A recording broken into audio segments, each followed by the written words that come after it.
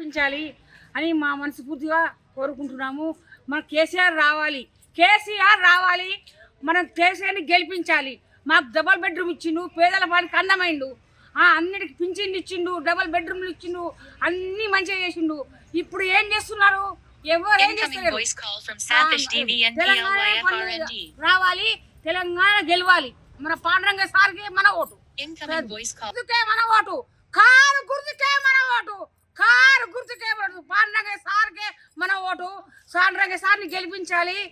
మనకు పేదల పాలిటకు అన్నమైండు, అందరికి డబ్బులు ఇచ్చిండు, అన్నిటికి పంటలకి అన్నిటికీ బెడ్రూమ్ ఇచ్చింది. నాకు అన్నమైంది, నాకు అన్ని విధాలు మంచిగా చేశాడు తెలంగాణ. కారు గుర్తుకే మన ఓటు, తెలంగాణకే మన ఓటు. నేను కారు గుర్తుకే ఓటేస్తా. కారుని గెలిపిస్తేనే మనకు అన్నం ఉన్నది.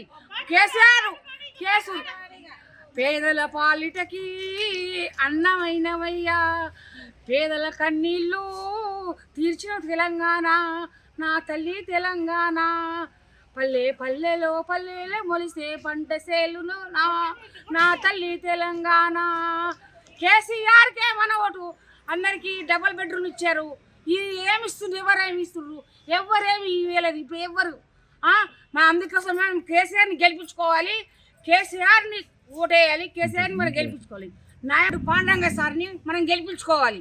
8వ వార్డు మన పాండురంగ సార్ని గెలిపించుకోవాలి. 8వ వార్డు తప్పించుకోవాలి, తప్పకుండా గెలిపించుకోవాలి.